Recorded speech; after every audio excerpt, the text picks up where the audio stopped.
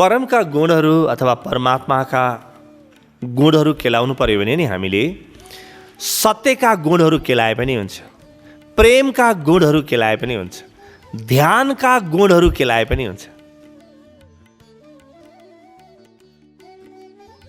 अथवा अस्तित्वका एक्जिस्टेन्सका गुणहरू केलाए पनि हुन्छ। यो अस्तित्वका के नियमहरू छन् त? यदि तपाईँले परमात्मा भेट्नुभयो भने कुन गुणको आधारमा चिन्नुहुन्छ? त्यसो त सबै गुणहरू उसैका हुन्। यस्तो कुनै गुण छैन जुन परमात्मामा नहोस्। त परमात्मा त कृपालु पनि हो, परमात्मा त क्रूर पनि हो, दुइटै हो। ऊ कृपालु मात्रै भयो भने क्रूर चाहिँ को हो त? दुइटै हो त। मृत्युको रूपमा ऊ क्रूर पनि बनेर आउँछ, जीवनमा प्रेमको रूपमा बडो कृपालु बनेर पनि आउँछ। तर उसका मुख्य मुख्य गुणहरू के छन् त? अर्को तरिकाले पनि बुझ्न सक्छौँ हामी। सबै रूपहरू परमात्माका हुन्। परमात्माको रूप कस्तो हुन्छ? कस्तो लुगा लगाउँछ? मलाई एउटा घटना बार बार याद आउँछ। एउटा सप्ताहमा पनि होइन, एकामा गएको थिएँ। एकजना नातेदारको वार्षिकीमा एकाहा थियो। त्यहाँ 13 जना पण्डितहरू हुनुहुन्थ्यो। पण्डितहरूको विषयमा विवाद सुरु भयो र त्यो एकाहा रोकियो। विवाद के भने एउटाले भन्छन् भगवान चाहिँ पहेँलो लुगा मात्रै लगाउनुहुन्छ, पिताम्बरधारी। अर्कोले भन्छ होइन, श्वेताम्बरधारी हुन्छ, सेतो। विवाद सुरु भयो। मलाई पनि खुब रमाइलो लाग्यो। घन्टा 2 घन्टा विवाद चलिरहेको, सब कार्य बन्द भयो। यजमानहरू बसेर हेरिरहेका छन्। अनि मैले रातो लुगा देखाउँदै भने यो लुगा चाहिँ कसको हो त? कालो रङ देखाउँदै भने यो रङ चाहिँ कसको हो त? नपाकेको हरियो केराको हरियो रङ देखाउँदै मैले भने यो रङ त कसको हो त? त्यति भन्ने बित्तिकै सबै कुरा स्पष्ट भयो त्यहाँ। त्यसपछि विवादको ठामै बचेन। त्यसो त सबै रूप उसैका हुन्, सबै रङ उसैका हुन्। र पनि उसका केही स्वरूपहरू छन्, केही सङ्केतहरू छन्, जुन सङ्केतको आधारमा हाम्रो पहिचान हुन्छ। त्यो सङ्केत नचिन्दाखेरि हामी धेरै भड्किन्छौँ। सङ्केत चिन्यौँ भने भड्किने सम्भावना कम हुन्छ। एकदम छिटो छिटो चिन्न सजिलो हुन्छ। हुलिया बताइदिए जस्तै हो, उसको हुलिया कस्तो हुन्छ भनेर बताइदिए जस्तै। त मुख्य 3वटा सङ्केत हुन्छन् परमात्माका या परमका। मुख्य 3वटा सङ्केत हुन्छ। सङ्केत पनि यति प्यारा, यति प्राकृतिक र यति आनन्दपूर्ण हुन्छन् कि कुनै हिसाब छैन, बेहिसाब। किनभने त्यो त आफैमा बेहिसाब छ, आफैमा त्यो परम छ, आफैमा आनन्दको खानी छ। उसको सबैभन्दा पहिलो सङ्केत हो कि त्यो अविनाशी छ, त्यसको नाश कहिले पनि हुँदैन।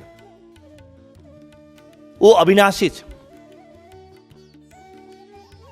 त्यसलाई धर्मशास्त्रमा अविनाशी शब्द त धेरै प्रयोग गरिन्छ, तर सबभन्दा बढी प्रयोग हुने शब्द हो अव्यय। व्यय नहुने, खर्च भएर नसिद्धिने हुन्छ। परमात्मा हो भने पक्का पनि त्यो खर्च भएर सिद्धिँदैन, एक्जस्ट हुँदैन। तपाईँ जति त्यसको निकट पुग्नुहुन्छ उति ऊ महान भएको तपाईँले पाउनुहुन्छ। हिजो थियो, आज दुब्लाएछ। मेरो भगवान चाहिँ थियो, ठुलै थियो पहिले चाहिँ, आज दुब्लाएछ। यो त 2-4 महिनामा त मर्छ कि क्या? यस्तो कहिले पनि आउँदैन। ऊ थियो, छ, रहनेछ।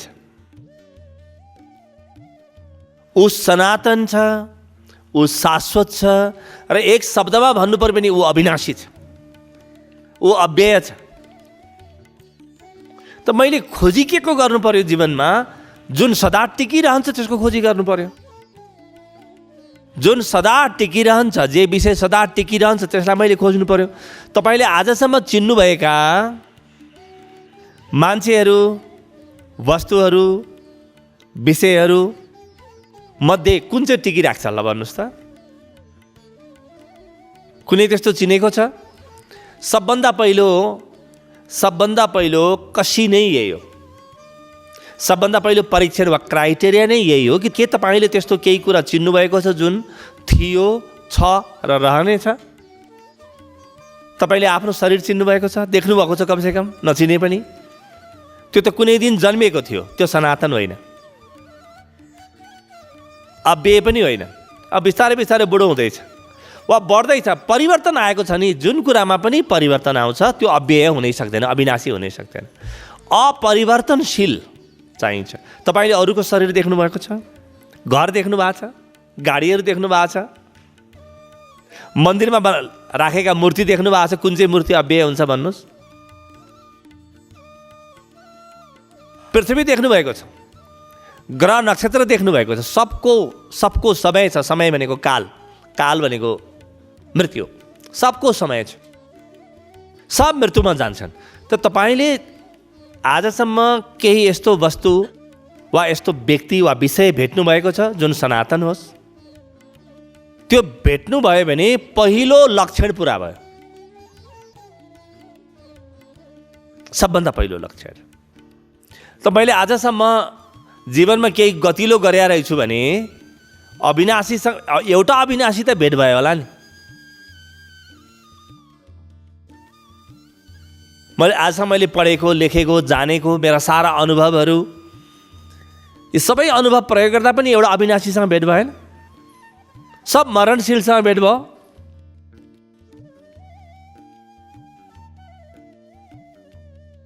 त सबभन्दा पहिलो लक्षण भनेपछि हुन्छ, लक्षण हो कि त्यो अविनाशी छ। अब यसै गरी यी लक्षणहरूद्वारा तपाईँ खोज्न सक्नुहुन्छ। यी लक्षणहरू सङ्केतको रूपमा राखिएका छन्। अब दोस्रोमा जाउँ ल। दोस्रो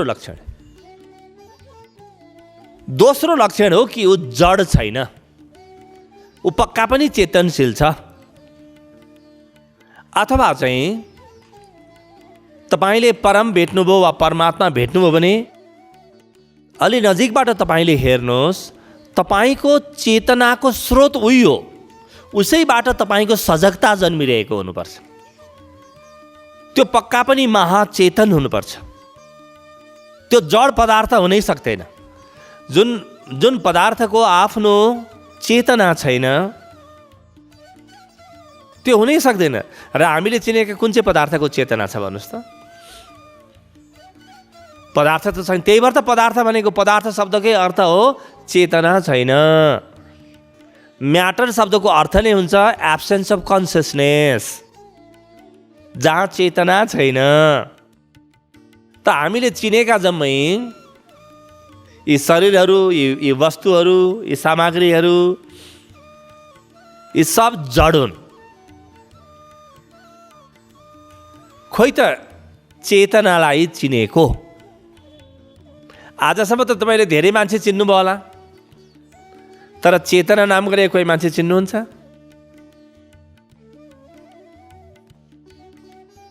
जब मैले मेरो मात्रै होइन सबैको चेतनाको स्रोत फेला पार्छु, स्रोत चाहिन्छ खानी, जुन चेतना अविरल बगेको बगै गरोस्, कहिल्यै पनि नसकियोस्, त्यस्तो चेतनाको स्रोत फेला पार्ने भने यो दोस्रो लक्षण हो कि म परमात्माको निकट पुगेँ। अब आफूमा हेरिराख्नुहोस्। आज हामी लय विज्ञानको चौथो दिनमा छौँ। मैले अविनाशी तत्त्व केही फेला पारेँ कि पारिनँ भनेर आफूलाई सोध्नुहोस्। र मेरो चेतना जहाँबाट जन्मिन्छ, जे कारणले म देख्छु, जे कारणले सुन्छु, जे कारणले म सास फेर्छु, त्यो भेटेको छ? यी सबैको कारण, दि फर्स्ट कज, भौतिक विज्ञानको भाषा बोल्ने हो भने दि प्राइमल कज, चेतनाको पहिलो कारण,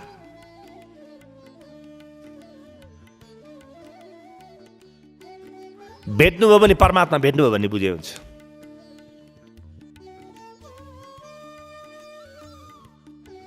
जे कारणले तपाईँ देख्दै हुनुहुन्छ, जे कारणले सुन्दै हुनुहुन्छ, जे कारणले तपाईँ स्वाद लिन सक्नु भएको छ, जे कारणले गन्ध चलेको छ, स्पर्श चलेको छ, त्यसको मुख्य कारण भेट्नुभयो भने बुझे हुन्छ कि म अब त्यो कारणमा हम फाले। परमात्मा कारण हो, अरू सब कुरा त त्यसबाट जन्मिएका हुन्। त्यो पहिलो कच्चा पदार्थ हो, त्यो मूल कारण हो। त्यही भएर भगवानको एउटा नाम कारण पनि छ, धेरै नाम मध्ये। The first cause, the primal cause of all consciousness.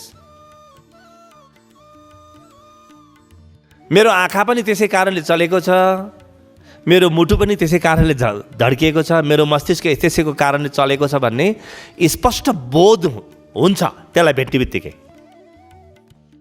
यो दोस्रो लक्षण।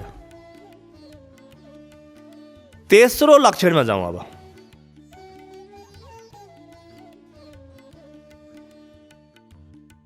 त्यहाँ दुःख शेष रहने छैन।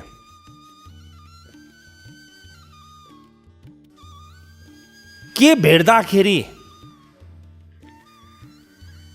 अथवा कुन तत्त्व भेट्दाखेरि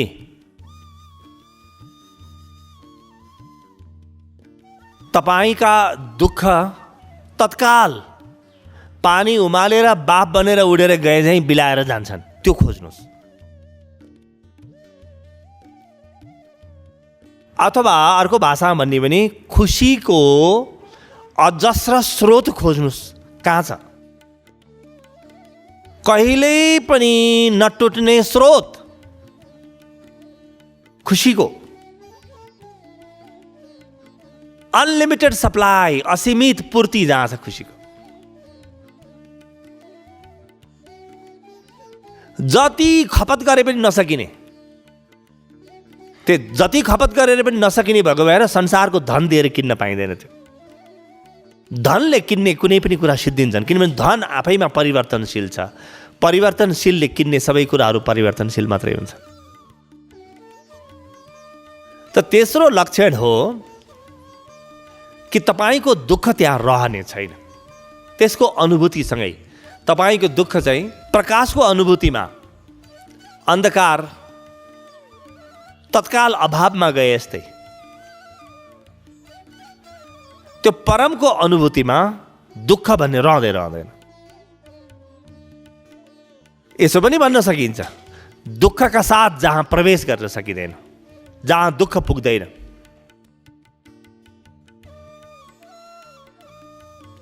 बाइबलमा एउटा वाक्य छ, निकोदेमसले सोध्छन् भगवान ईसा मसीहलाई कि भन्नुहोस् त प्रभुको राज्य कस्तो छ, परमधाम कस्तो छ? प्रभुको राज्य भनेको परमधाम हो। त भगवान ईसा मसीह भन्छन् देयर स्याल बी टाइम नो लङ्गर। त्यहाँ समय रहने छैन। यसलाई अर्को तरिकाले पनि बुझ्न सकिन्छ, देयर स्याल बी मिजरी नो लङ्गर। त्यहाँ दुःख अलिकति बादलको रूपमा पनि रहने छैन। बस दुःखले जहाँ आत्महत्या गर्छ, भन्न सकिन्छ कि दुःखको चिहान माथि मात्रै परमात्माको फूल फुल्छ।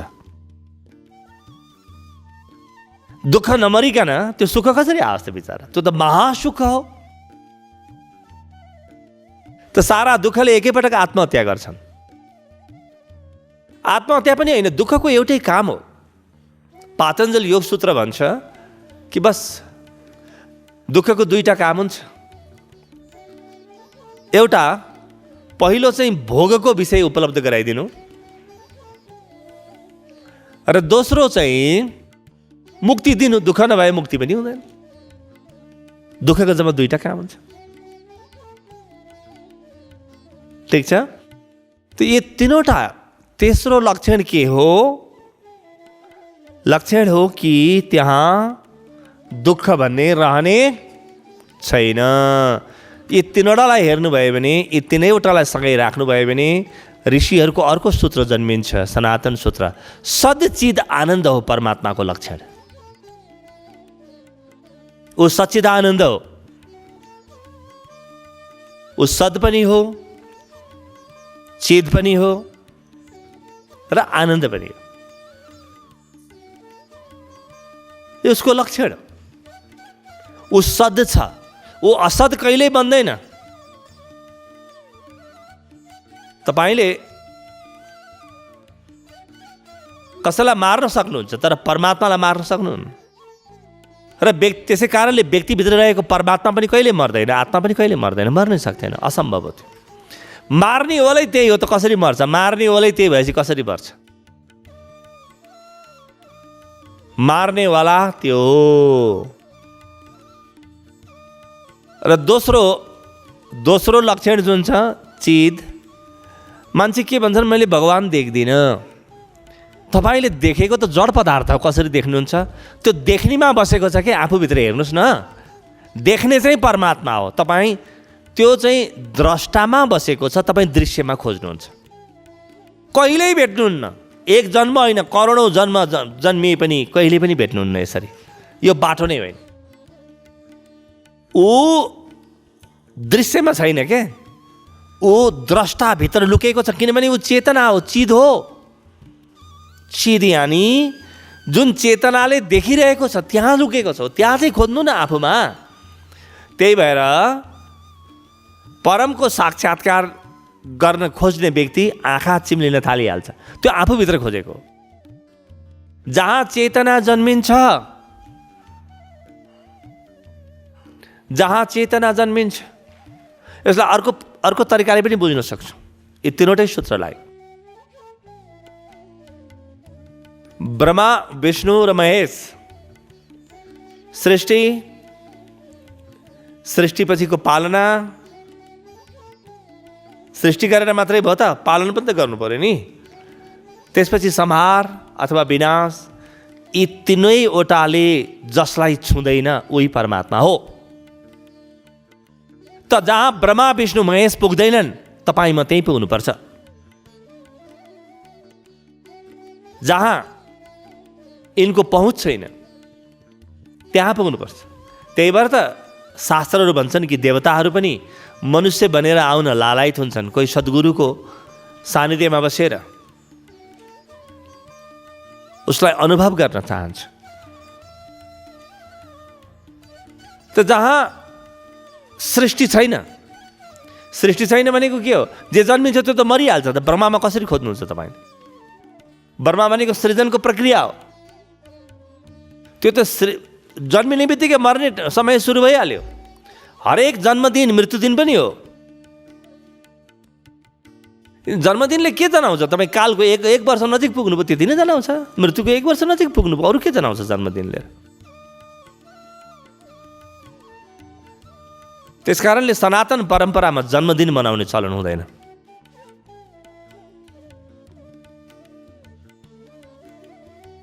अष्ट चिरञ्जीवीलाई याद गर्ने चाहिँ हुन्छ कि म पनि त्यस्तै बनौँ। मर्न त मरिहाल्नु छ, जन्मदिनको अर्थ छैन। म पनि कहीँ चिरञ्जीवी बनौँ। चिरञ्जीवी भनेको सशरीर होइन, त्यो चेतना मात्रै अमर हुन्छ। अरू त ब्रह्माको हातमा आएको कुरा त मरिहाल्छ, विष्णुको हातमा आएको कुरा पनि मर्छ, महेशको त स्वयं आफै संहार हुन्। त जे जन्मिन्छ त्यो अवश्य मर्छ। त्यस कारणले ईश्वर खोज्नु छ भने नजन्मिने कुरा खोज्नुहोस्। यस्तो कुरा खोज्नुहोस् जुन अहिलेसम्म जन्मेकै छैन। त्यही भएर बडो पहेली पजल पनि हो यो। सुन्दा मात्रै पजल हो, पहेली हो। अनुभवमा जानुभयो भने एकदम सजिलो हो। केही विषय नै होइन यो। यस्तो कुरा खोज्नुहोस् जुन कहिले जन्मेको छैन। होइन भने जन्मिएको हरेक कुरा मर्छ। जन्मेकोमा खोज्नुभयो भने कहिले भेट्नुहुन्न। जन्मेको कुनै पनि व्यक्ति वा कुनै पनि वस्तु जन्मियो भने अरू थाहा नहोला एउटा कुरा चाहिँ थाहा हुन्छ, यो अवश्य मर्छ भन्नु। त्यस कारणले मर्नको लागि एउटै शर्त पुरा गर्नुपर्छ, त्यो हो जन्मिनुपर्छ। अरू कुनै शर्तै चाहिँदैन मृत्युका लागि। आफै कुनै पनि वस्तु आफै मृत्युमा जान्छ। त्यसलाई अङ्ग्रेजीमा के भन्छ? एन्ट्रोपी। आफै मृत्युमा गइरहेको हुन्छ कुनै पनि वस्तु। त्यस कारणले ईश्वरको खोजी गर्नु छ भने अजन्माको खोजी गर्नुहोस्। यस्तो कुनै विषयको खोजी गर्नुहोस् जुन तपाईँभन्दा पहिले थियो र तपाईँ गायब भएपछि रहनेछ।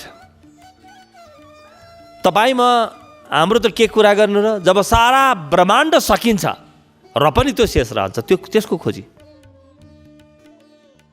सबै जब प्रलयमा जान्छ त्यतिखेर पनि जसले त्यो प्रलयलाई खान्छ। समृत्य लोकान् बटपत्र मध्ये शयन मादेन्त मनैक रूपम सर्वेश्वरम सर्वहितावतारम बालम मुकुन्दम मनसा स्मरामि। मुकुन्दाष्टकम, श्रीमद् भागवत महापुराण। सारा ब्रह्माण्डलाई यत्रो सानो पिपलको पातमा खुम्जाएर त्यहाँ माथि सुतिरहेको छ रे बच्चा। ऋषि मार्कण्डेयले त्यस्तो देखे। त्यो के को खोज हो कि सारा ब्रह्माण्डलाई सानो पिपलको पातमा बटपत्र मध्ये करारविन्देन पदारविन्दम मुखारविन्दे विनिवेशयन्तम बटस्य पत्रस्य पुटे शयानम बालम मुकुन्दम मनसा स्मरामि। यो प्रलयको कथा हो, यो सृष्टिको कथा पनि हो, जहाँ उसले सबै ब्रह्माण्डलाई आफूमा समाहित गर्छ र आफू चाहिँ बुढी अम्लो, खुट्टाको बुढी अम्लो चुसेर मस्त भइरहेछ अरे। सारा प्रलयमा पनि जो दुखी हुन्न त्यसलाई खोज्नुहोस्। सबै सिद्धिदा पनि जसको सुख कहिल्यै सिद्धिँदैन त्यसलाई खोज्नुहोस्। जुन कहिल्यै जन्मिँदैन त्यसलाई खोज्नुहोस्। जुन कहिल्यै मर्दैन त्यसलाई खोज्नुहोस्। जन्मिएर मर्नेमा खोज्नु भने कहिल्यै पनि भेट्नुहुन्न, कहिल्यै पनि भेट्नुहुन्न। त्यो गलत ठेगाना हो, त्यो रङ नम्बर हो, त्यो कहीँ भेट्नुहुन्न।